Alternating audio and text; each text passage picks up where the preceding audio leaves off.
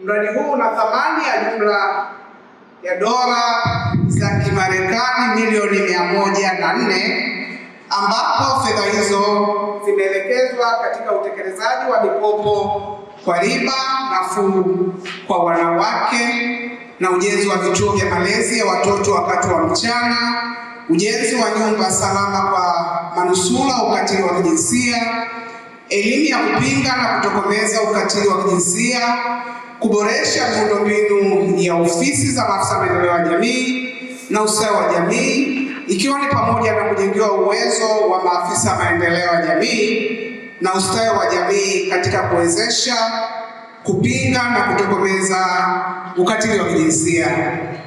Ndugu washiriki, kama nilivyotangulia kusema awali, mradi huu unalenga kukuza usawa wa kijinsia na kuwawezesha wanawake kiuchumi kwa baadhi ya mikoa hapa nchini.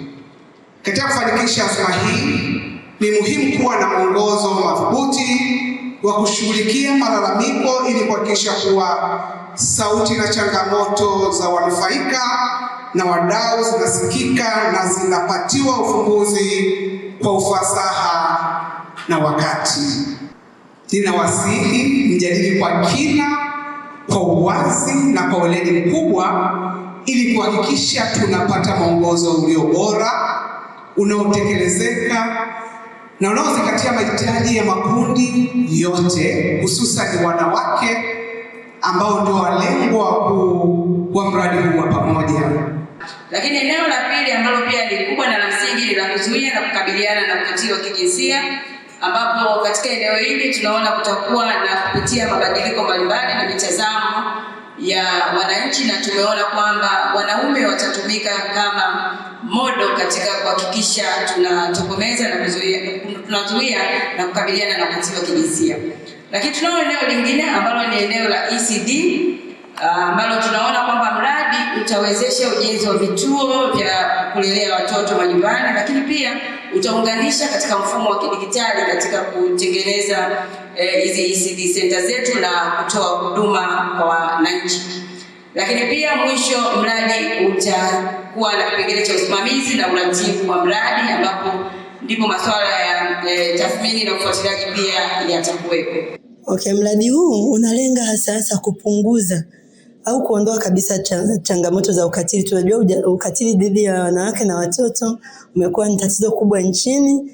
Kwa hiyo ndio maana serikali imeona umuhimu wa kuchukua mkopo huu kupitia Benki ya Dunia kuhakikisha kwamba mradi huu unapunguzwa kwa asilimia kubwa sana. Na moja ya afua ambazo zitafanyika ili kuondoa ukatili dhidi ya wanawake ni kuwawezesha wanawake kiuchumi. Tunajua kwamba wanawake wengi wamekuwa wakifanyiwa matendo ya ukatili. Moja ya sababu ni kuwa na kukosa fursa za kiuchumi. Kwa hiyo wanashindwa kujisimamia, wanakatiliwa na wenza wao au katika jamii pia wakati mwingine hawaheshimiki. Kwa hiyo ndio maana moja ya intervention ambayo itafanyika ni kuwawezesha wanawake kiuchumi, kuwawezesha waweze kuwa imara. Lakini pia katika mradi huu tunatarajia kujenga vituo vya kulelea watoto mchana 184 Tanzania bara, ili wanawake wawe na maeneo salama watakapowaweka watoto wao wakicheza na kupata elimu chechemuzi wakati wanajiendeleza na shughuli za mama zao, wakijiendeleza na shughuli za kiuchumi. Kile ambacho kimepangwa kuwafikia wanawake na makundi mengine. Kama tunavyojua, mradi huu wa pamoja haugusi tu wanawake, utagusa vijana pia, lakini watu ambao ni wahanga wa ukatili wa kijinsia na makundi yale ambayo yataingia katika hilo kundi ambalo wanaingia katika ukatili wa kijinsia.